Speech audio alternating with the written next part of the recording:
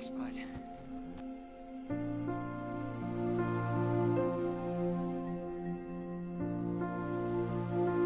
You are amazing. Toothless is the best friend I've ever had. I wouldn't kill him because he looked as frightened as I was. I looked at him.